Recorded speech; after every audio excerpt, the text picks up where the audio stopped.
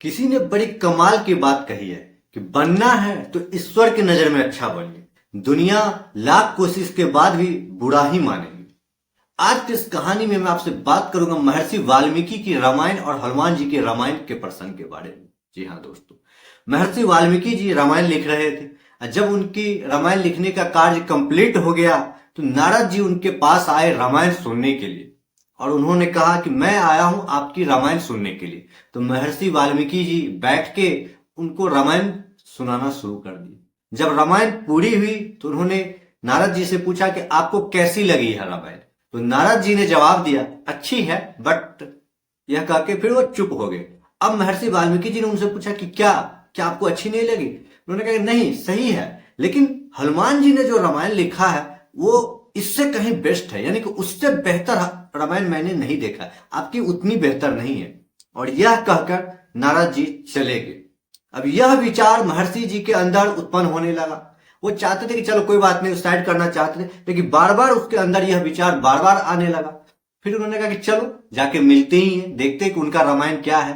तो लंका जीतने के बाद राम जी अयोध्या में रह रहे थे।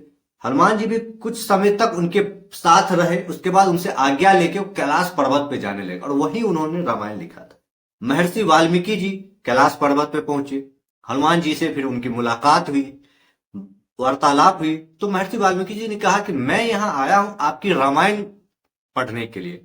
तो हनुमान जी ने कहा कि एक पत्थर की तरफ इशारा करते हुए कहा, वो शिला पे मैंने लिखा है, ये हनुमत रामायण है, आप पढ़ ले।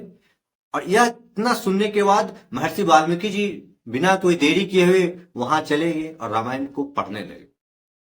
और रामायण को पढ़ते पढ़ते अंत तक जब आए तब उसके अश्रु धारा बहने लगा। अब यह देख के हनुमान जी चिंतित हो गए। उन्होंने कहा कि क्या हुआ, आपको ये अच्छी नहीं लगी रामायण?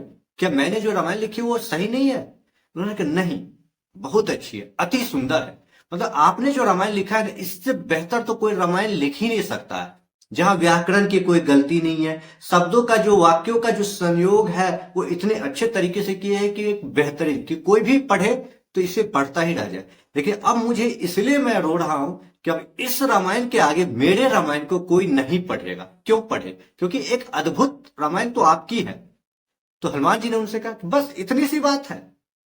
फिर महर्षि जी को उन्होंने अपने एक कंधे पे बैठाया और उस शिला को, चट्टान को जिसपे वो रामायण लिखे थे, उसे भी एक अपने कंधे पे रखा और इसके बाद उड़ते हुए समुद्र के पास चले गए और फिर उस शिला को समुद्र में बहा दिया।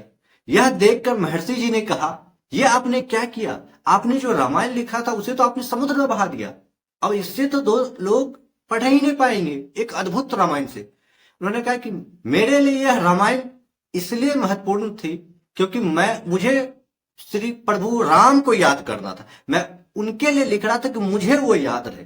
आपके लिए जो रामायण है वो इसलिए महत्वपूर्ण है क्योंकि आप चाहते हैं कि रामायण लिखने के लिए कारण लोग आपको याद रखें। तो आप अपनी रामायण का चिंता करें, मैं अपनी श्री राम का चिंता करूंगा।